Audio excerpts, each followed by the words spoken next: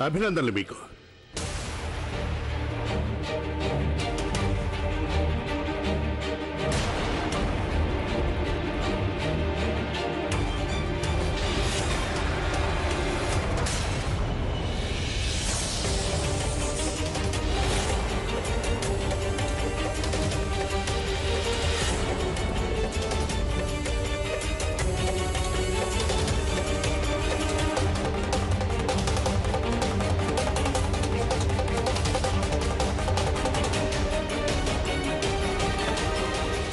ఏమిటి మీరు చేస్తున్న పని?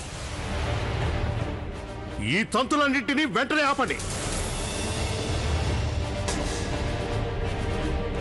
దయచేసి క్షమించండి హుజూర్. బేగం సాహెబా వారు ఏదో ఒత్తిడి కారణంగా ఇలా వచ్చినట్లు నాకు తెలియదు.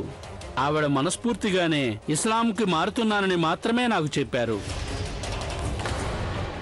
అందరూ వెళ్ళండి.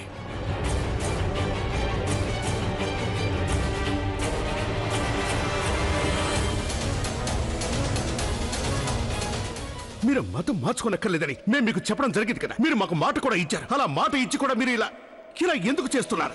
నాకు గత్యంతరం లేదు షహీన్షా. మేము మీకు చెప్పాం కదా జోధా బేగం, మేము మీకు స్పష్టంగా చెప్పాం. మీరు గత్యంతరం లేకుండా ఇస్లాంకి మారకూడదని చెప్పాం. ఏదో ఆ అల్లా తాలా దయ వల్ల మేము చివరి క్షణంలో ఇక్కడికి రావడం జరిగింది. మిమ్మల్ని ఈ పని చేయకుండా ఆపగలిగాం. లేదంటే మీరు అంతటి పని చేసి ఉండేవారు. మీరు ఇంతటి నిర్ణయం తీసుకోవడానికి కారణం ఏంటో చెప్పండి. ఏం చేయమంటారు షహీన్షా? మీరేమయ్యారో ఎలాంటి సమాచారం లేదు. మేం కావాలనే మీకు కబురు రానివ్వలేదు. ఈ శుభవార్త మేమే స్వయంగా చెప్పాలనుకున్నాం. మేము యుద్ధంలో గెలిచిపోయాం. మేము మీకు ముందు నుంచే చెప్తున్నాం, చాలా స్పష్టంగా చెప్తున్నాం. మీరు మతం మార్చుకోవాల్సిన అవసరం లేదని చెప్పాం. మేము యుద్ధం చేయడానికి వెళ్ళాం, విజయాన్ని సాధించాం. జోధా బేగం ఆ యుద్ధం స్వేచ్ఛ కోసం, స్వతంత్రాల కోసం. దానికి మీరు రాజపుత్ర స్త్రీ కావటానికి ఎలాంటి సంబంధం లేదు. అలాంటప్పుడు ఈ పని మీరు ఎందుకు చేస్తున్నారు? ఇలా చేయడం అవసరమని నాకు అనిపించింది షహీన్షా. కానీ ఒక్క క్షణమైనా ఆలోచించారా? మా అనుమతి లేకుండా మీరు మతం మార్చుకుంటే అది మాకు సమ్మతం కాదని ఆలోచించారా?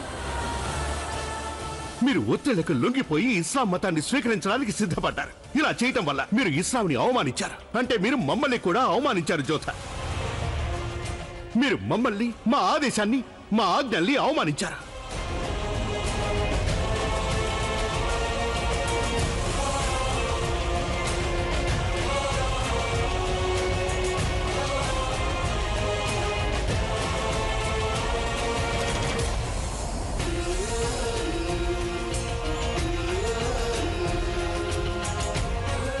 షహీన్షా